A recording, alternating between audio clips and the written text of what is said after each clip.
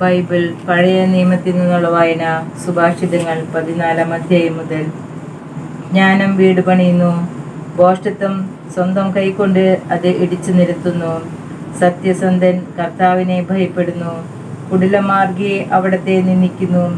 ഭോഷന്റെ സംസാരം അവന്റെ മുതുകത്ത് വീഴുന്ന വടിയാണ്, വിവേകികളുടെ വാക്ക് അവരെ കാത്തുകൊള്ളും. കാളകളില്ലാത്തിടത്ത് ധാന്യവുമില്ല, കാളയുടെ കരുത്ത് സമൃദ്ധമായ വിളവ് നൽകുന്നു. വിശ്വസ്തനായ സാക്ഷി കള്ളം പറയുന്നില്ല, കള്ളസാക്ഷി പൊളി പറഞ്ഞു കൂട്ടുന്നു. പരിഹാസകൻ വിവേകമന്വേഷിക്കുന്നത് നിഷ്ഫലമാണ്, ബുദ്ധിമാന് അറിവ് ലഭിക്കുക എളുപ്പവും. ഭോഷനിൽ നിന്ന് അകന്നു മാറിക്കൊള്ളുക, അവനിൽ നിന്നുള്ള സാരമുള്ള വാക്കുകൾ ലഭിക്കുകയില്ല. തൻ്റെ മാർഗം വ്യക്തമായി ഗ്രഹിക്കുന്നതിലാണ് ബുദ്ധിമാന്റെ വിവേകം. വിഡ്ഢികളുടെ ഭോഷത്വം അവരെ തന്നെ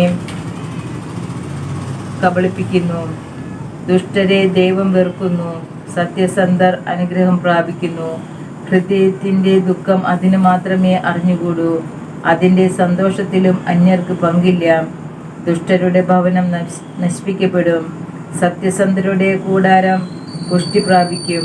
ശരിയെന്ന് തോന്നുന്ന വഴി ചിലപ്പോൾ മരണത്തിലേക്ക് നയിക്കുന്നതാവാം. ചിരിക്കുമ്പോൾ പോലും ഹൃദയം ദുഃഖഭരിതമാണ്, സന്തോഷം സന്താപത്തിലാണ് അവസാനിക്കുക. വഴിപിഴച്ചവൻ തൻ്റെ പ്രവൃത്തികളുടെ ഫലം അനുഭവിക്കും.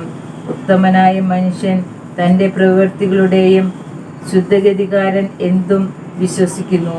ബുദ്ധിമാൻ ലക്ഷ്യത്തിൽ നിന്ന് തന്നെ ശ്രദ്ധ വയ്ക്കുന്നു. വിവേകി ജാഗരൂകതയോടെ തിന്മയിൽ നിന്ന് അകന്നു മാറുന്നു. ഭോഷൻ വേണ്ടുവിചാരമില്ലാതെ എടുത്തു ചാടുന്നു. ക്ഷിപ്രകോപി ബുദ്ധിഹീനമായി പ്രവർത്തിക്കുന്നു. ബുദ്ധിമാൻ ക്ഷമാശീലനാണ്, ശുദ്ധഗതിക്കാർ ഭോഷത്വം കാട്ടിക്കൂട്ടുന്നു. ബുദ്ധിമാന്മാർ വിജ്ഞാനം കിരീടം അണിയുന്നു. ദുർജനം സജ്ജനങ്ങളുടെ മുമ്പിലും ദുഷ്ടർ നീതിമാന്മാരുടെ കവാടങ്ങളിലും കുമ്പിടും. ദരിദ്രനെ അയൽക്കാര് പോലും വെറുക്കുന്നു, ധനികന് അനേകം സ്നേഹിതന്മാരുണ്ട്. അയൽക്കാരനെ നിന്ദിക്കുന്നവൻ പാപിയാണ്, പാവപ്പെട്ടവനോട് ദയ കാണിക്കുന്നവൻ ഭാഗ്യവാനും. തിന്മ നയിക്കുന്നവൻ തെറ്റ് ചെയ്യുകയല്ലേ. നന്മയ്ക്ക് കളമൊരുക്കുന്നവർക്ക് മറ്റുള്ളവരുടെ കൂറ് വിശ്വാസവും ലഭിക്കുന്നു. അധ്വാനമേതും ലാഭകരമാണ്, അലസ ഭാഷണം ദാരിദ്ര്യത്തിന് വഴിതെളിക്കുകയുള്ളൂ. ജ്ഞാനമാണ് വിവേകികളുടെ കിരീടം.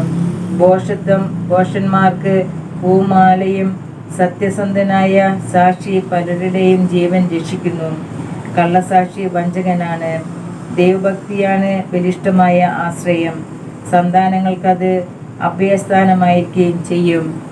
ദൈവഭക്തി ജീവന്റെ ഉറവയാണ്, മരണത്തിന്റെ കെണികളിൽ നിന്ന് രക്ഷപ്പെടാൻ അത് സഹായിക്കുന്നു. രാജാവിന്റെ മഹത്വം പ്രജകളുടെ ബാഹുബലമാണ്. പ്രജകൾ ചുരുങ്ങിയ രാജാവ് നാശമടയുന്നു. പെട്ടെന്ന് കോപിക്കാത്തവന് ഏറെ വിവേകമുണ്ട്.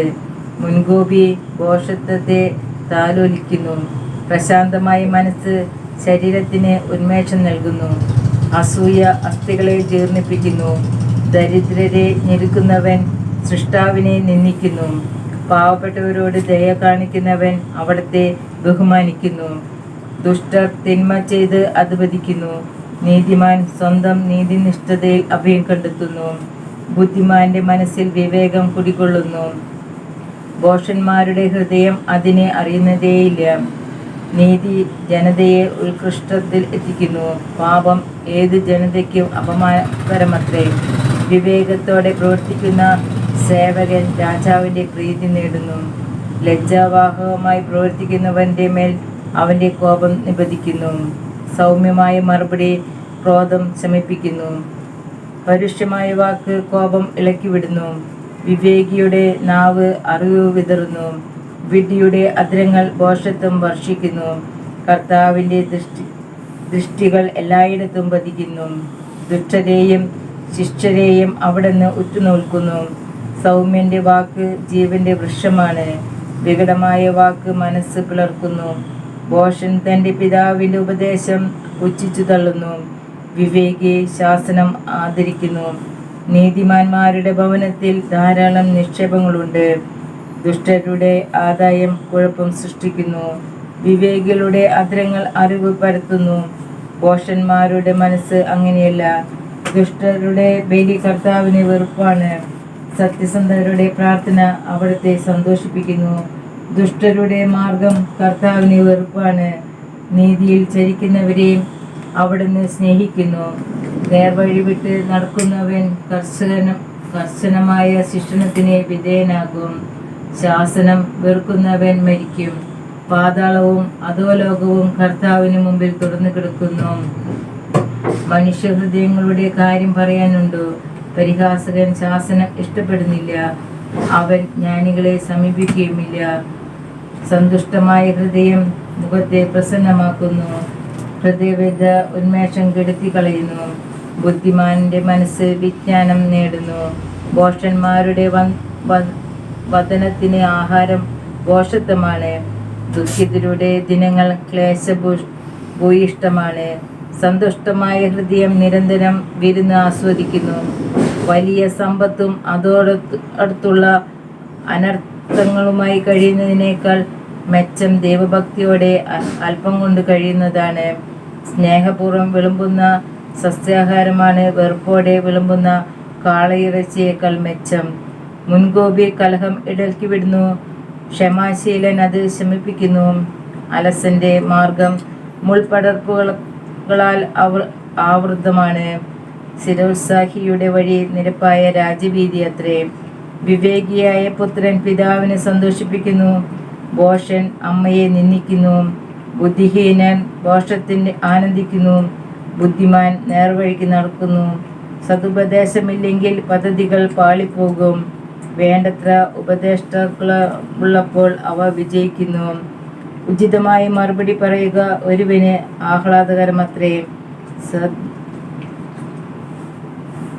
സന്ദർഭോചിതമായ വാക്ക് എത്ര നന്ന്. വിവേകിയുടെ വഴി മേലോട്ട് ജീവനിലേക്ക് നയിക്കുന്നു. താഴെയുള്ള പാതാളത്തെ വിട്ടകലുന്നു. അഹങ്കാരിയുടെ ഭവനം കർത്താവ് നിലംപരിച്ചാക്കുന്നു. വിധവയുടെ അതിര് അവിടുന്ന് സംരക്ഷിക്കുന്നു. ദുഷ്ടരുടെ ആലോചനകൾ കർത്താവിന് വെറുപ്പാണ്. നിഷ്കളങ്കരുടെ വാക്കുകൾ അവിടത്തേക്ക് പ്രീതികരവും. നീതിരഹിതമായ നേട്ടം ആഗ്രഹിക്കുന്നവൻ സ്വന്തം കുടുംബത്തെ ദ്രോഹിക്കുന്നു.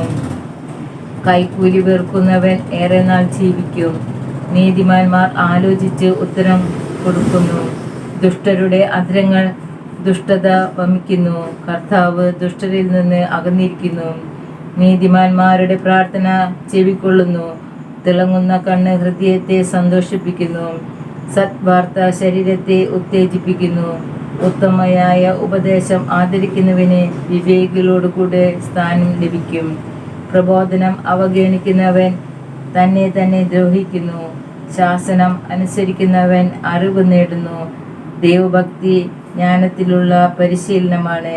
വിനയം ബഹുമതിയുടെ മുന്നോടിയും. അമ്മേ, കൃപാസന മാതാവേ, ഞങ്ങൾ പൂർണ്ണമായും നിന്നിൽ വിശ്വസിക്കുന്നു. ലോകാധിപതിയായ ദേവകുമാരൻ്റെ അമ്മയോട് മാധ്യസ്ഥ ശക്തി ഞങ്ങൾക്കായി പ്രദാനം ചെയ്യണമേ. കൃപാസനത്തിൽ വാണരുളുന്ന ഞങ്ങളുടെ നിത്യസഹായനാഥേ, വിളിച്ചാൽ വിളി കേൾക്കുന്ന അമ്മയുടെ സാമീപ്യം എപ്പോഴും ഞങ്ങൾക്കൊപ്പം ഉണ്ടാവണമേ. പലപ്പോഴും ഞങ്ങൾ ലോകത്തിൻ്റെ പാപാവസ്ഥയിൽ വീണു പോകുന്നു. അനേകം സന്ദർഭങ്ങളുണ്ട്. അമ്മേ, ഏദൻ തോട്ടത്തിൽ വെച്ച് പാപം എന്ന തിന്മ ഉടലെടുത്തത് മുതൽ പാപം ഞങ്ങളെ പിന്തുടർന്നുകൊണ്ടിരിക്കുന്നു. പലപ്പോഴും ഭംഗി നിറഞ്ഞ വാക്കുകളാൽ, കാണാൻ ചേതോഹരങ്ങളായ കാഴ്ചകളാൽ ദൈവത്തെ പോലെയാകും എന്ന് പറഞ്ഞു വിശ്വസിപ്പിച്ച സാത്താൻ്റെ പ്രലാപനങ്ങളിൽ നിന്നും പരിപൂർണ വിടുതൽ ഞങ്ങൾക്കായി നൽകണമേ. ഞങ്ങളുടെ നിയോഗ ഉടമ്പടിക്ക് വിപരീതമായി നിൽക്കുന്ന ഈ തിന്മകളെ മാതാവേ, നാരകീയ തിന്മശക്തികളെ ആട്ടിയോടിക്കുവാൻ അവിടത്തേക്ക് നൽകപ്പെട്ടിരിക്കുന്ന പ്രത്യേക സിദ്ധിയെ ഉപയോഗിക്കണമേ. എത്രയും ദയയുള്ള മാതാവേ, അവിടുത്തെ തിരുക്കുമാരൻ ചിന്തിയ തിരുരക്തത്തിൻ്റെ ശക്തിയാൽ ഞങ്ങളുടെ ദുശീലങ്ങളെ കഴുകിക്കളയണമേ. ഞങ്ങളുടെ ദുഃഖദുരിതങ്ങളിൽ ആശ്വാസം നൽകുന്ന കൃപാസന മാതാവേ, ഞങ്ങൾ ഇപ്പോൾ യാചിക്കുന്ന ഈ നിയോഗങ്ങളെ ഇവിടെ ആവശ്യം പറയുക.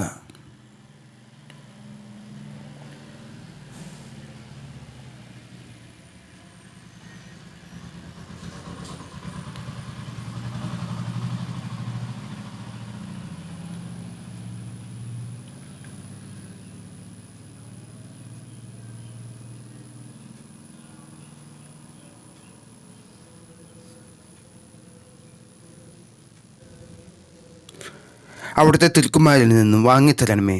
അതുവഴി ഞങ്ങൾ അമ്മയോടും പ്രിയസുതനായ ഈശോയോടെ ജീവിക്കുന്ന സാക്ഷികളാക്കി മാറ്റണമേ. ഞങ്ങളുടെ നിയോഗ ഉടമ്പടികളെ ശക്തീകരിക്കാൻ തടസ്സം നിൽക്കുന്ന തിന്മകളുടെ പ്രവർത്തനങ്ങളെ വെറുക്കുവാനും അവയിൽ നിന്ന് ഓടിയകലുവാനും അമ്മേ, അങ്ങയുടെ മാധ്യസ്ഥ ശക്തിയെ ഞങ്ങൾ തേടുന്നു. കനിവോടെ ഞങ്ങളുടെ പ്രാർത്ഥനകൾ ശ്രമിച്ച് ഞങ്ങൾക്ക് വേണ്ടി ഈശോയോട് അപേക്ഷിക്കണമേ. നന്മ നിറഞ്ഞ മറിയമേ സ്വസ്തി, കർത്താവ് അങ്ങയോടുകൂടെ സ്ത്രീകളിൽ അങ്ങ് അനുഗ്രഹിക്കപ്പെട്ടവളാകുന്നു. അങ്ങയുടെ ഉദരത്തിൻ ഫലമായ ഈശോ അനുഗ്രഹിക്കപ്പെട്ടവനാകുന്നു.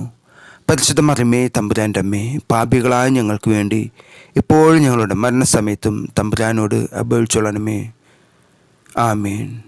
പരിശുദ്ധ കൃപാസന മാതാവേ, ഞങ്ങളുടെ എല്ലാ യാത്രകളിലും അമ്മേ ഞങ്ങൾക്ക് കൂട്ടായിരിക്കണമേ. ആമേൻ.